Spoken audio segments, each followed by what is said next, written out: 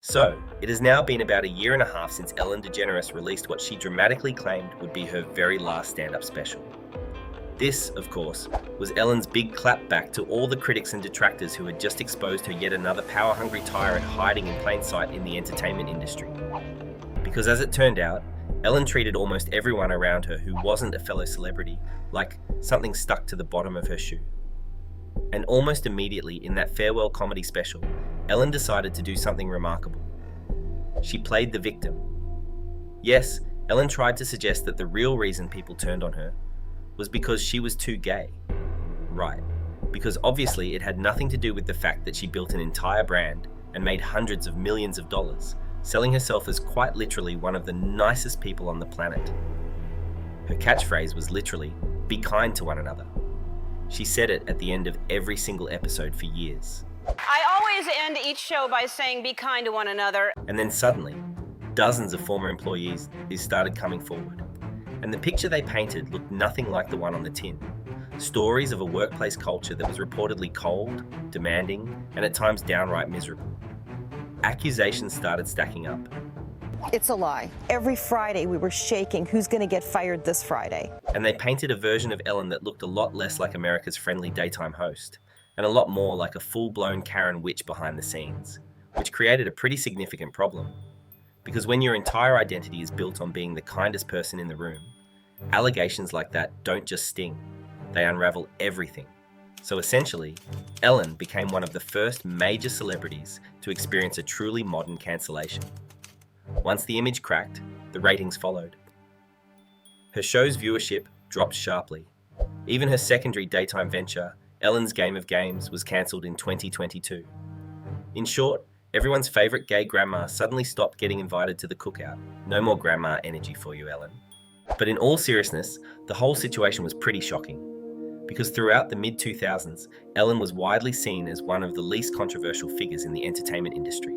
She was winning humanitarian awards, making an enormous amount of money, and living the dream as the playful grandmother of daytime television, dancing in Target stores, surprising fans, making kids laugh. That was the image. But then, slowly, one by one, people started coming forward. More stories appeared. I got kicked out of show business. Yeah. Thanks. Yeah, because I'm mean. Yeah. Yeah, you can't be mean and be in show business. The protective walls around the show began to crack, and suddenly that carefully built image Ellen had spent decades creating started collapsing right in front of everyone. And honestly, it didn't just crack Ellen's image, it also chipped away at the polished facade surrounding the entertainment industry as a whole. Because these days, with scandals involving powerful elites constantly making headlines, Hollywood is under more scrutiny than ever before. The public has started looking at famous figures very differently, but we'll come back to that in a moment.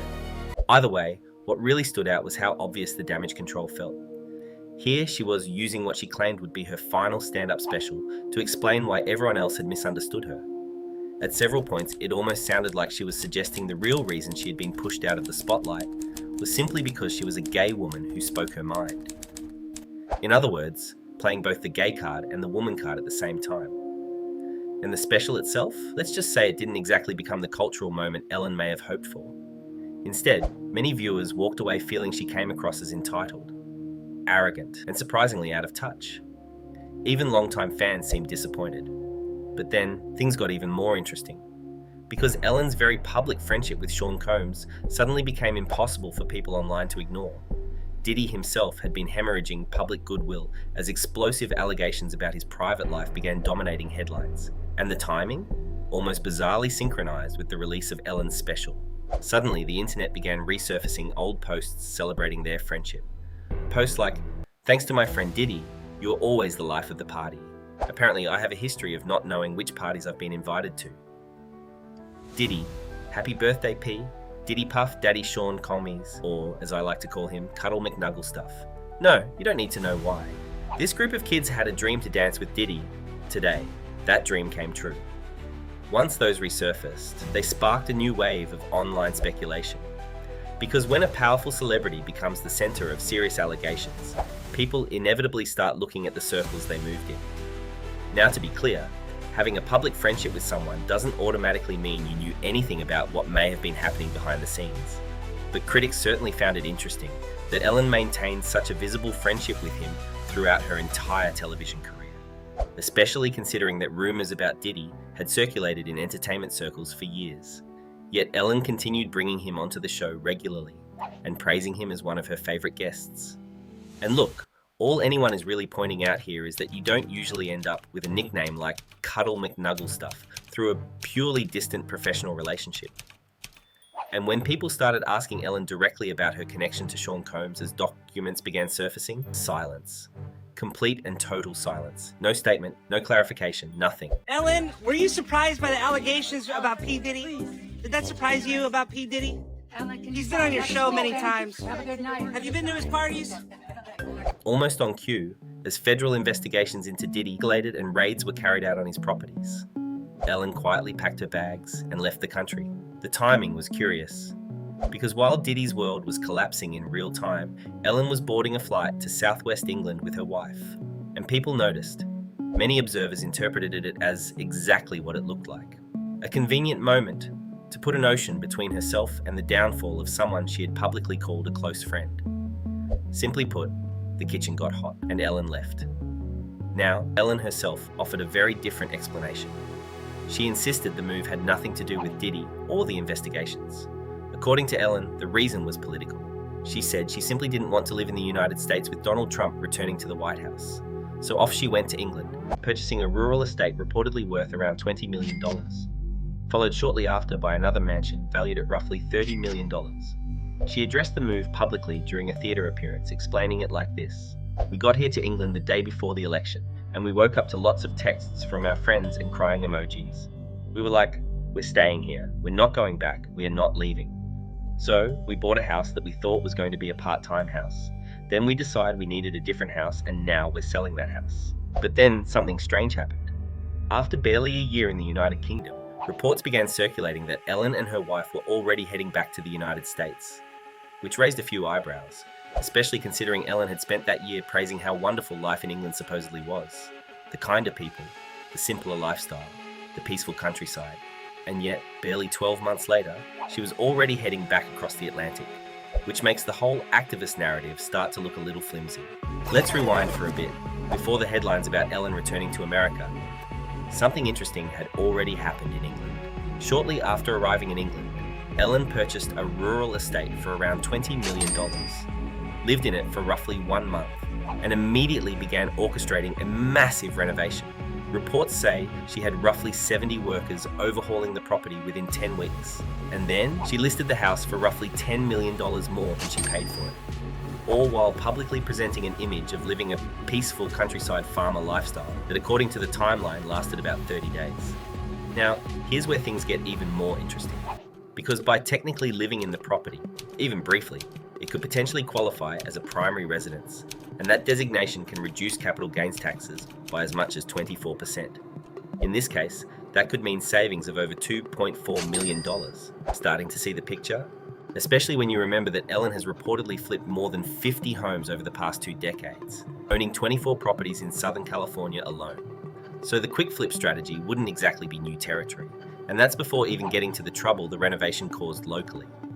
Residents and local officials complained that proper permissions hadn't been secured for some of the construction work. One concern involved the possibility of disturbing ancient Roman archaeological remains beneath the property. Another involved a large wire fence installed around the estate that neighbours feared could increase flooding risks for the surrounding village.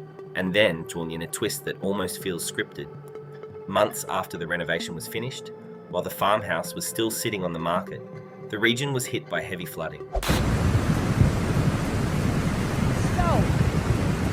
Montecito is under complete evacuation, the entire town. This is crazy. This street next to our house never flows, ever. Probably about 9 feet up, and it's going to go another 2 feet up. We have forces ready to evacuate. We need to be nicer to Mother Nature, because Mother Nature is not happy with us. Water reportedly surrounded the estate Ellen was trying to sell, which, depending on how poetic you like your storytelling, looked an awful lot like karma paying a visit. Now, circling back to something mentioned earlier, over the past few years, various rumors have circulated online attempting to connect Ellen DeGeneres to other high-profile scandals involving powerful elites, However, as of now, Ellen has not appeared in any official documents related to those cases. That hasn't stopped the speculation. For example, NFL quarterback Aaron Rodgers even brought up the topic during a conversation on Joe Rogan's podcast, which shows how quickly these conversations spread once a celebrity's reputation starts collapsing. Oh, well, you know where that is too, right? It's a similar image to that, right? No. I know Jamie does. What is it? It's on the set of a famous talk show that's now not on anymore. Oh, Ellen? Was that Ellen? Yeah. Really? Just look at the temple and then look at the... Let me see Ellen's background. What? Oh, similar. That looks like a building, though. Because once public trust disappears, every rumor suddenly finds an audience. And to be clear, Ellen has faced no criminal charges connected to either Sean Combs or Jeffrey Epstein. But what shocked people was how fast her image changed. For decades, Ellen built a reputation as one of the friendliest personalities in entertainment. And then, almost overnight, that image started to crumble. Scroll through the comments on her social media today, and the tone is noticeably different. 3 decades of goodwill, gone in just a few years. But what do you think about the whole Ellen situation?